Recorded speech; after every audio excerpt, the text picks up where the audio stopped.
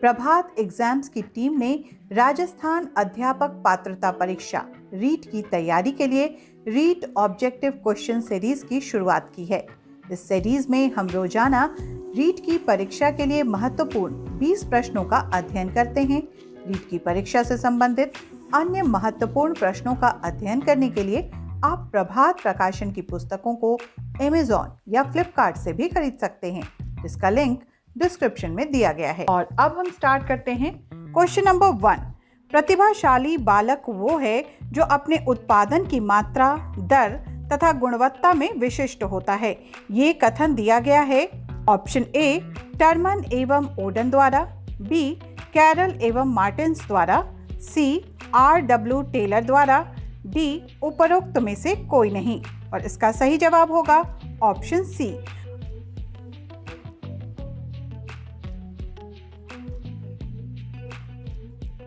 Question number 2।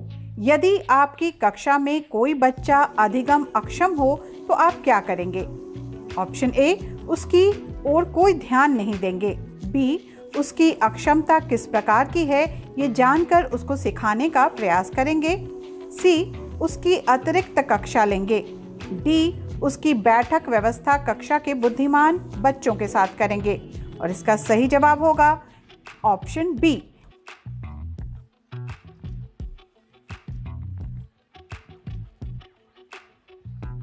Question number 3।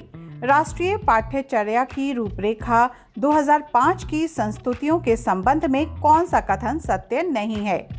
Option A विश्वविद्यालयों को राजनीति से मुक्त रखना, बी ज्ञान को बाह्य जीवन से जोड़ना, सी राष्ट्र के प्रजातांत्रिक मूल्यों का सम्मान, डी परीक्षाओं में लचीलापन। और इसका सही जवाब होगा ऑप्शन ए।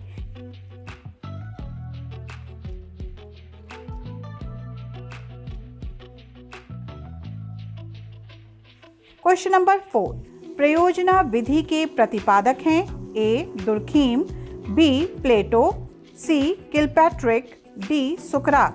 और इसका सही जवाब होगा ऑप्शन सी।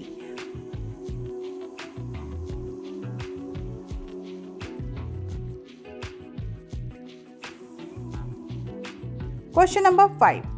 एक आयताकार टंकी की लंबाई 6 मीटर, चौड़ाई 2.4 मीटर तथा गहराई 1 मीटर है। आधी भरी हुई टंकी में जल का आयतन होगा option A 6 metre, B 6.4 metre, C 6.8 metre, D 7.2 metre. और इसका सही जवाब होगा ऑप्शन डी।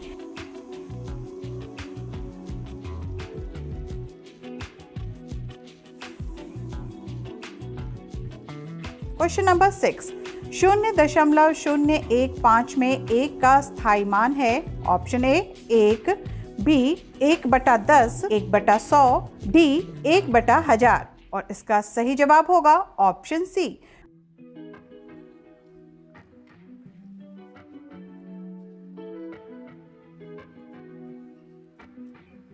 क्वेश्चन नंबर 7 आपके स्क्रीन पर दिया गया है और इसका सही जवाब होगा option D.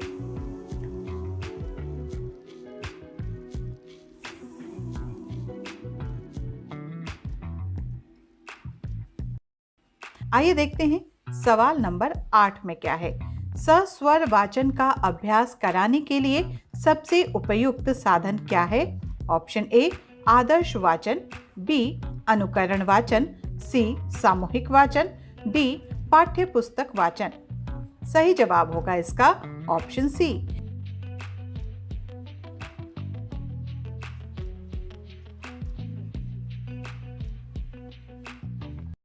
Question number 9।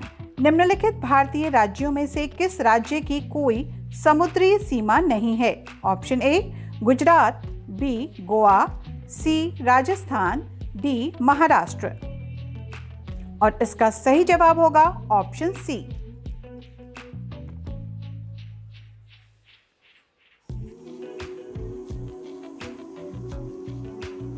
Question number 10।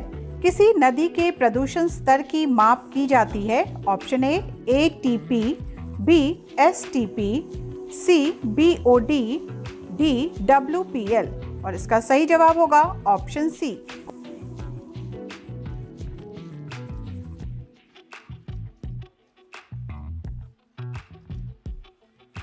Question number 11, निम्नलिखित में कौन सी एक ग्रीन हाउस गैस है? Option A sulphur dioxide, B oxygen, C argon, D methane. और इसका सही जवाब होगा ऑप्शन डी।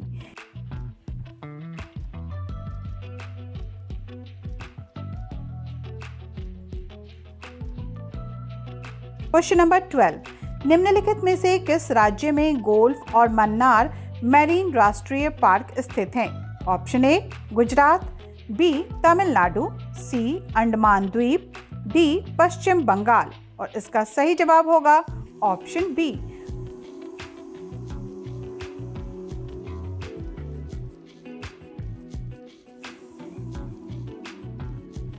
क्वेश्चन नंबर 13, प्राथमिक स्तर पर भाषा सिखाने की सर्वश्रेष्ठ विधि है? ऑप्शन ए बच्चों के साथ कविता गाना, बी बच्चों को कहानी सुनाना, सी बच्चों को पाठ्य पुस्तक पर आधारित वीडियो कार्यक्रम दिखाना, डी बच्चों को भाषा प्रयोग करने के विविध अवसर देना। सही जवाब होगा ऑप्शन डी।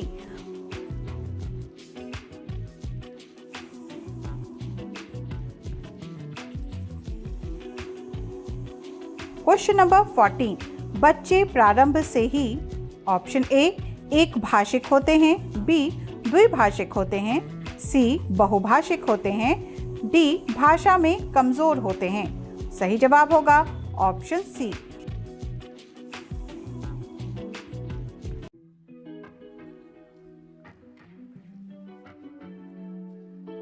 क्वेश्चन नंबर 15, प्राथमिक स्तर पर शिक्षा का माध्यम?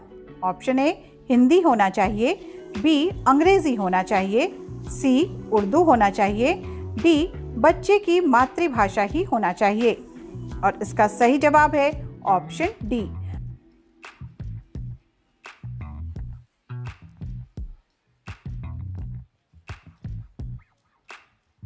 भाषा सीखने सिखाने के संबंध में निम्नलिखित में से कौन सा कथन सही है? ऑप्शन ए बच्चे स्कूल आने से पूर्व ही भाषाई पूंजी से लैस होते हैं, बी बच्चे स्कूल आकर ही भाषा सीखते हैं, सी बच्चे अपने परिवार से ही भाषा सीखते हैं, डी बच्चे स्कूल में मानक भाषा का ही प्रयोग करते हैं। और इसका सही जवाब होगा option A.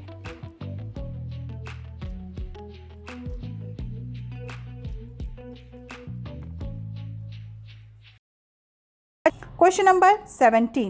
Reading comprehension is an ability to option A perceive and decode letters in order to read the text fluently, B construct meaning by interacting with the text, C understand all the words in the text to understand its meaning, D translate the written symbols into corresponding sounds। और इसका सही जवाब होगा option B. Question number 18. Which of the following type of question in a test will be helpful in assessing the creativity of learners? Option A open-ended question, B multiple choice question, C true or false type of questions, D one word question। और इसका सही जवाब होगा option A. Question number 19. Deficiency in the ability to write associated with impaired handwriting is a symptom of option A dyscalculia, B dysgraphia, C dysphasia, D aphasia। और इसका सही जवाब होगा ऑप्शन बी। क्वेश्चन नंबर 20 जो इस set का आखिरी question है, the theory of universal grammar was formulated by option A Steven Pinker, B Jean Piaget, C Noam Chomsky, D Stephen Krashen. और इसका सही जवाब होगा ऑप्शन सी।